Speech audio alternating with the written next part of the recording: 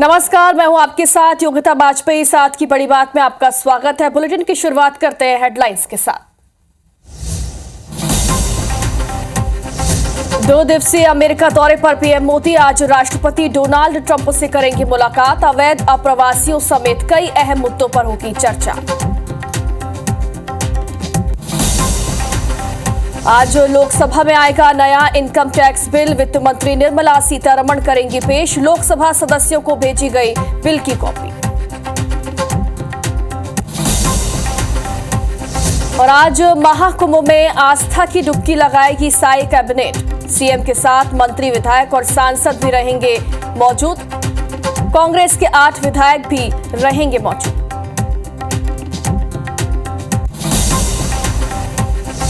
CM doctor Mohan Yadav आज भोपाल में विक्रमोत्सव पर करेंगे बैठक। कई विभागों की करेंगे समीक्षा।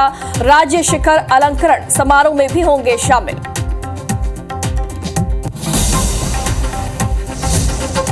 देवास में पेट्रोल पंप पर बंदूक की नोक पर लूट। 4 नकाबपोश बदमाशों ने वारदात को दिया अंजाम। सीसीटीवी में घटना कैद।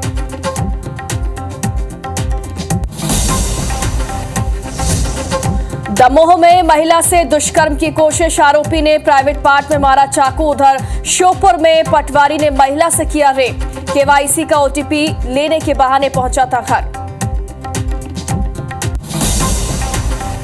भिंड में ट्रैक्टर ट्रॉली पलटने से 3 महिलाओं की मौत। 10 से ज्यादा लोग घायल। शादी समारोह में शामिल होने जा रहे थे लहार।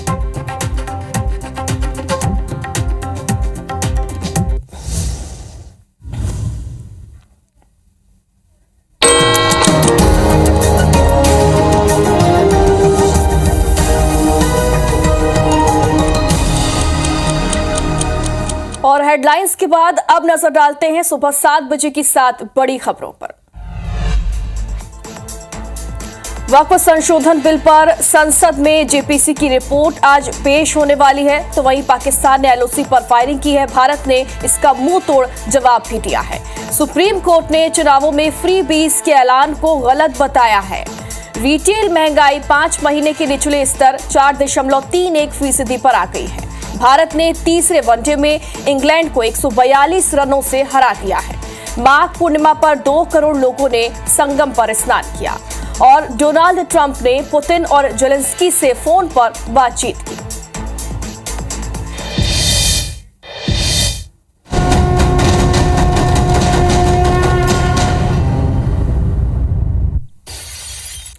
और आज महाकुंभ में आस्था की डुबकी लगाएगी साई कैबिनेट। सीएम साई के साथ सभी मंत्री भी आज प्रयागराज जाने वाले हैं। विधायक और सांसद भी महाकुंभ जाएंगे। कांग्रेस के विधायक भी महाकुंभ पहुंचेंगे।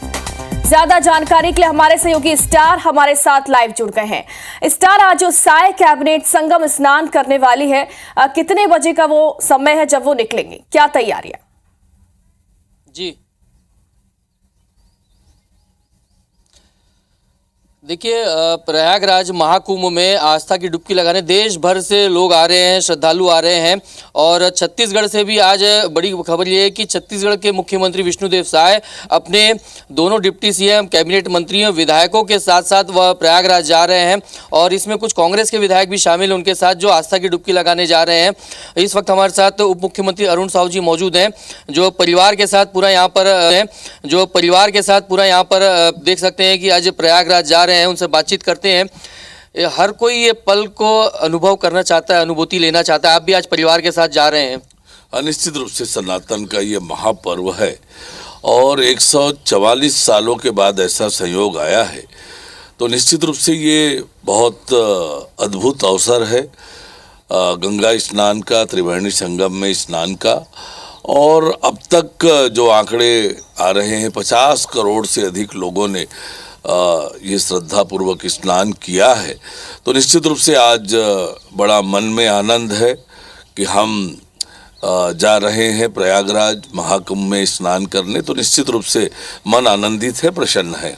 छत्तीसगढ़ पेविलियन भी चर्चा में बना हुआ है और छत्तीसगढ़ सरकार ने जिस प्रकार श्रद्धालुओं की, खासकर छत्तीसगढ़ के श्रद्धालुओं के लिए सुविधा उपलब्ध कराई थी, तो वहाँ भी आप लोग का प्लान है, विजिट करेंगे वहाँ पर भी? निश्चित रूप से हमारे मुख्यमंत्री विष्णुदेव साय जी ने छत्तीसगढ़ के जो श्रद्धालु हैं उनके लिए बहुत अच्छी व्यवस्था छत्तीसगढ़ पवेलियन के रूप में वहाँ स्थापित किया है। हमारे छत्तीसगढ़ के 25,000 से अधिक लोग अब तक वहाँ जा चुके हैं और आज हम लोगों का भी वहाँ जाना होगा। तो निश्चित रूप से बड़ी चर्चा और बड़ी प्रशंसा छत्तीसगढ़ पवेलियन की हुई है वहाँ जो व्यवस्थाएं हैं उसको लेकर। कांग्रेस के विधायक भी आप लोग के साथ जा रहे हैं। आमतौर पर राजनीति में ऐसा देखा नहीं जाता कि यदि कोई बीजेपी के विधायक या मंत्री कहीं जा रहे हो तो कांग्रेस के लोग भी साथ होते हैं, लेकिन ये आस्था का डुबकी लगाने और आस्था का सवाल है, तो सब के सब इसमें जा रहे हैं। किस रूप से देखते हैं इसे?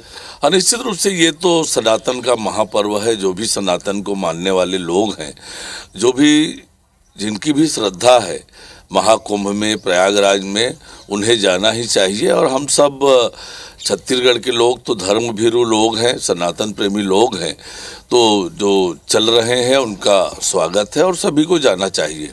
कांग्रेस की ही बात करते हैं, कुछ राष्ट्रीय नेतृत्व की बात करें तो उसमें कई लोग जो है वो नहीं जा रहे हैं, दूरी बना के रखे हुए हैं। देखिए, सबके अपने आस्था का विषय है, पर आस्था के नाम पर जो लोग खिलवाड़ करते हैं ये उचित नहीं है। ये तो सनातन का पर्व है। इस पर्व में सभी को आनंद से, खुशी से, श्रद्धा से जाना ही चाहिए। हमारे श्रद्धा दर्शकों के लिए कुछ आप सनातन से जुड़ी हुई कुछ बातें बोलेंगे, कुछ वाक्य सुना देंगे एक आध कुछ? आज दुनिया में जो परिवर्तन आ सकता है, आज दुनिया आगे बढ़ सकती है, दुनिया में सुख शांति और समृद्धि आ सकती है तो सनातन के मार्ग से ही आ सकती है। सनातन परंपरा ये दुनिया को मार्गदर्शन देने वाली परंपरा है। दुनिया उस परंपरा से ही आगे बढ़ सकती है। एक सवाल और, एक पूरा शहर को बसाया गया है वहाँ पर और पूरा मैनेजमेंट किया गया है, तो क्या लगता है जाने से इस दिशा में भी कुछ जानकारी लेंगे आप लोग? क्योंकि कहीं ना कहीं विकास की बात होती है, डेवलपमेंट की बात होती है, कैसे एक शहर को बसाया जाता है, सफाई की बात हो चाहे ट्रैफिक की बात हो, सारी चीज़ों को मैनेज करना, जहाँ 50 करोड़ श्रद्धालु अब तक आ चुके हैं और ये संख्या बढ़ेगी। देखिए, कल मैं सवेरे देख रहा था, सवेरे 4 बजे से मुख्यमंत्री योगी आदित्यनाथ जी स्वयं टीवी के सामने बैठकर एक एक गतिविधियों पर नजर रख रहे थे। जिस राज्य के मुख्यमंत्री इतने जागरूक हों और इतनी चिंता करें एक एक व्यवस्थाओं की, तो समझ लीजिए कि कितना भव्य होगा, कितना बड़ा आयोजन है। इतनी बड़ी व्यवस्था को नियंत्रित करना, कंट्रोल करना, संचालित करना और वाकई ये अद्भुत बात है और ये सनातन परंपरा में ही संभव है। सनातनियों से ही ये संभव है। वो उत्तर प्रदेश ने करके दिखाया है इस महाकुंभ में। छत्तीसगढ़ में भी कुछ इम्प्लीमेंटेशन की प्लानिंग करेंगे, समझेंगे वहाँ की व्यवस्थाओं को लेकर? फिर निश्चित रूप से वहाँ जाएंगे तो बहुत सारी चीज़ें सीखने को, देखने को, अनुभव में आएगी और जहाँ उसका उपयोग हो सकता है निश्चित रूप से उसका उपयोग करेंगे। अरुण साहू जी हैं उप मुख्यमंत्री, जो आज परिवार के साथ अपने पूरी कैबिनेट के साथ प्रयागराज महाकुंभ में जा रहे हैं आस्था की डुबकी लगाने, और उनका मानना है कि इस महाकुंभ से सनातन परंपरा को विश्व में एक नई पहचान मिली है। यही वजह है कि विश्व भर से लोग यहाँ पहुँच रहे हैं और कांग्रेस के साथी लोग जा रहे हैं, तो उनका साफ कहना है कि जिनकी सनातन में विश्वास है, आस्था है, वो सब इसमें जा सकते हैं, इसमें राजनीति नहीं होनी चाहिए। यहाँ कैमरामैन नरेंद्र मार्कंडे के साथ स्टार जैन, IBC 24 रायपुर। और चलिए अब आगे बढ़ते हैं, बताते हैं आपको पीएम नरेंद्र मोदी के दौरे की जानकारी आपको देते हैं। आज वो अमेरिका के दौरे पर पहुंच गए हैं। पीएम मोदी का वॉशिंगटन में भव्य स्वागत हुआ। कड़कड़ाती ठंड और बर्फबारी के बीच भारतीय मूल के लोग पहले से ही पीएम के स्वागत में मौजूद थे। हाथों में पीएम मोदी के स्वागत वाली तख्तियां लेकर भारतीय समुदाय के लोग उनके दीदार के लिए बेताब नजर आए। जैसे ही पीएम मोदी वहां पर पहुंचे, लोग खुशी से झूम उठे। लोगों ने भारत माता की जय और वंदे मातरम के नारे लगाए। इस दौरान पीएम मोदी ने भी हाथ हिलाकर सभी का अभिवादन किया। 3 तस्वीरें आप देखिए यहाँ की अमेरिका दौरे की। अमेरिका में पीएम मोदी राष्ट्रपति डोनाल्ड ट्रंप और अमेरिकी कैबिनेट के सदस्यों और उद्योग जगत के नेताओं से भी उन्होंने अब मुलाकात करेंगे। अमेरिका पहुंचे पीएम मोदी ने ट्वीट कर बताया कि कुछ समय पहले ही वॉशिंगटन DC पहुंचे हैं। बता दें कि अमेरिका के राष्ट्रपति डोनाल्ड ट्रंप के साथ द्विपक्षीय बातचीत होगी और टैरिफ और अवैध अप्रवासियों पर भी आज बातचीत हो सकती है। वहीं कई बिजनेस लीडर्स और भारतीय समुदाय के लोग से भी पीएम नरेंद्र मोदी मुलाकात करने वाले हैं।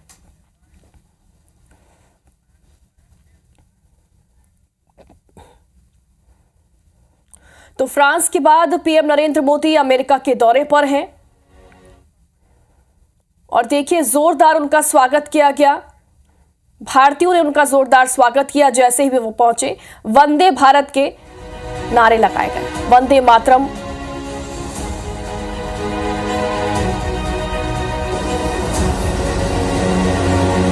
पीएम नरेंद्र मोदी जैसे ही अमेरिका पहुंचे हैं एयरपोर्ट पर देखिए गर्मजोशी के साथ उनका स्वागत किया गया। इसकी तस्वीरें और इसकी वीडियोस खुद उन्होंने शेयर किए हैं।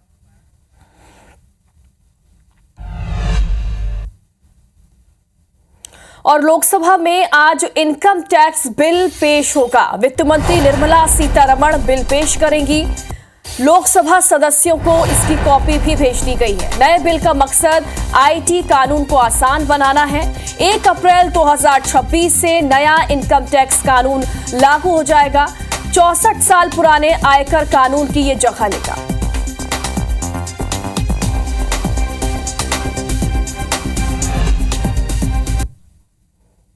और आज वक्फ बिल पर जेपीसी की रिपोर्ट जो बनी है वो पेश होने वाली है। लोकसभा में वक्फ संशोधन बिल पर रिपोर्ट पेश होगी। लोकसभा अध्यक्ष को जेपीसी की रिपोर्ट सौंपी गई है, उसका ब्यौरा सौंपा गया है। देश भर की विवादित वक्फ संपत्तियों का ब्यौरा भी दे दिया गया है। वक्फ बोर्ड की जमीनों पर 58,898 अतिक्रमण है। वक्फ से जुड़े ट्रिब्यूनल में 19,207 मुकदमे हैं। और आज जेपीसी की रिपोर्ट जो है वो पेश होने वाली है। देश भर की विवादित वक्फ संपत्तियों का ब्यौरा भी पेश किया जाएगा।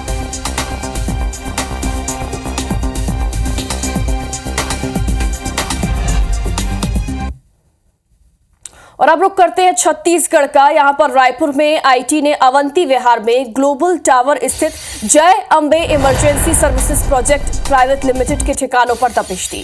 कंपनी छत्तीसगढ़ में 108 एम्बुलेंस सर्विस संचालित करती है और छापेमारी में बड़े पैमाने पर टैक्स अनियमितताओं का खुलासा हुआ। प्रारंभिक जांच में यह सामने आया कि कंपनी ने अपनी स्थापना, लागत और खर्चों को अत्यधिक बढ़ा चढ़ाकर दिखाया, जो टैक्स देनदारी से बचने के लिए फर्जी बिलिंग के तौर पर उपयोग किया जा रहा था। आश्चर्यजनक रूप से कंपनी किराए की बिल्डिंग में संचालित होने के बावजूद असामान्य रूप से ऊंचे खर्च दर्शा रही थी। आईटी टीम ने अकाउंट्स डिपार्टमेंट से 3 डेस्कटॉप, 4 लैपटॉप और कंपनी से जुड़े प्रमुख व्यक्तियों के करीब 5 मोबाइल फोन भी जब्त किए हैं। दबिश के दौरान कंपनी के 3 निदेशकों में से केवल 2 जोगेंद्र सिंह और धर्मेंद्र सिंह मौके पर मिले, जिनके बयान भी दर्ज कर लिए गए हैं। तीसरे निदेशक अमरिंदर सिंह कार्रवाई के समय अनुपस्थित थे, वहां पर मौजूद नहीं थे।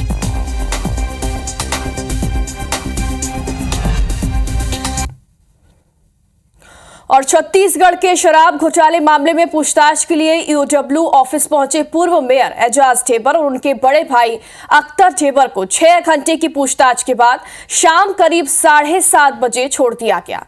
सूत्रों के मुताबिक एजेंसी को रायपुर में प्रॉपर्टी की खरीदी करने वाली कंपनियों की डिटेल मिले हैं। इनमें से कई कंपनियों में ढेबर परिवार के लोग पार्टनर बताए गए और इसी की पुष्टि के लिए पूर्व मेयर एजाज को एजेंसी ने नोटिस देकर पूछताछ के लिए बुलाया था। जरूरत पड़ने पर ही उन्हें फिर से बुलाया जा सकता है। हालांकि ढेबर पूर्व में ही ये कह चुके हैं कि उन्हें राजनीतिक विद्वेष का शिकार बनाया जा रहा है। शराब घोटाले की जांच ईडी के साथ साथ ईओडब्ल्यू भी कर रही है। ईडी ने करीब 200 करोड़ की प्रॉपर्टी अटैच की है। ये प्रॉपर्टीज पिछले 3 से 4 साल में खरीदी गई थी और ज्यादातर प्रॉपर्टी कंपनियों के नाम पर ली गई। एजेंसियां ये पता लगा रही हैं कि इन कंपनियों के पार्टनर कौन हैं और इनमें कहीं शराब स्कैम का पैसा तो नहीं लगा है।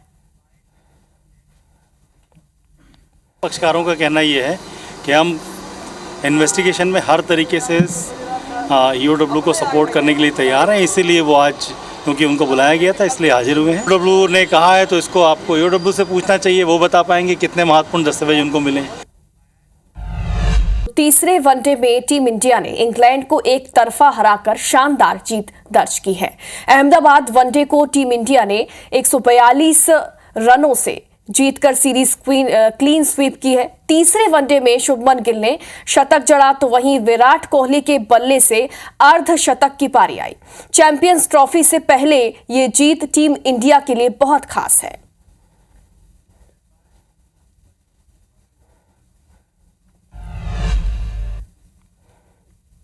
और इस बीच भिंड से बड़ी खबर है। यहाँ पर ट्रैक्टर ट्रॉली पलटने से 3 लोगों की मौत हो गई। हादसे में 10 से ज्यादा लोग घायल हो गए। घायलों को अस्पताल में भर्ती किया गया। शादी में शामिल होने के लिए सभी लाहार जा रहे थे। भिंड के असवार थाना क्षेत्र की ये पूरी घटना बताई जा रही है। सड़क हादसे में 3 लोगों की मौत हो गई है। 10 से ज्यादा लोग घायल बताए जा रहे हैं। घायलों को अस्पताल में भर्ती कर दिया गया।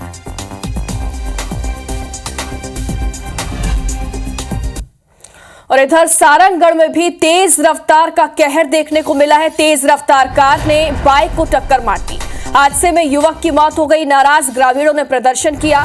ग्रामीणों ने सारंगगढ़ रायगढ़ नेशनल हाईवे में चक्का जाम किया। कोतवाली थाना क्षेत्र के हिर्री गांव के पास की ये पूरी घटना बताई जा रही है, जहां सड़क हादसे में एक युवक की मौत हो गई और इसके बाद गुस्साए ग्रामीणों ने हंगामा किया, प्रदर्शन किया।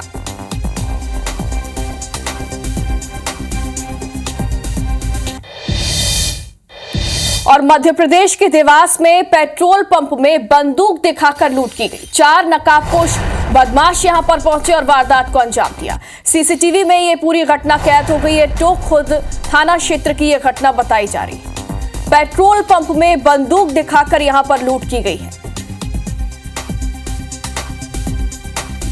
ये पूरी घटना सीसीटीवी में कैद हुई है, जो कि इस वक्त आप देख रहे हैं। टोक खुर्द थाना क्षेत्र की यह घटना बताई जा रही है। पेट्रोल पंप में यह घटना हुई। 4 नकाबपोश बदमाश यहां पर पहुंचते हैं और इसके बाद जो पेट्रोल पंप के कर्मचारी हैं उनके साथ देखिए यहां पर मारपीट भी कर रहे हैं और बंदूक दिखाकर उन्होंने लूट कर ली।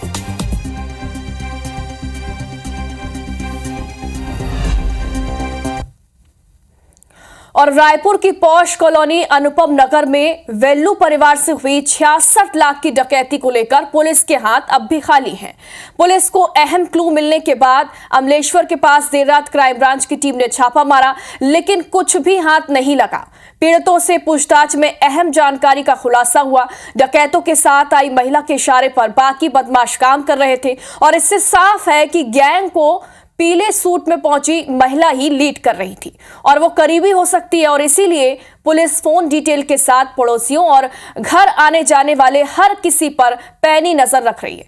इतना ही नहीं, वेल्लू परिवार के पास पैसा जमीन बेचने के बाद आया था और इसीलिए पुलिस सौदे को लेकर जिन जिन को जानकारी थी उनसे भी अब पूछताछ कर रही है।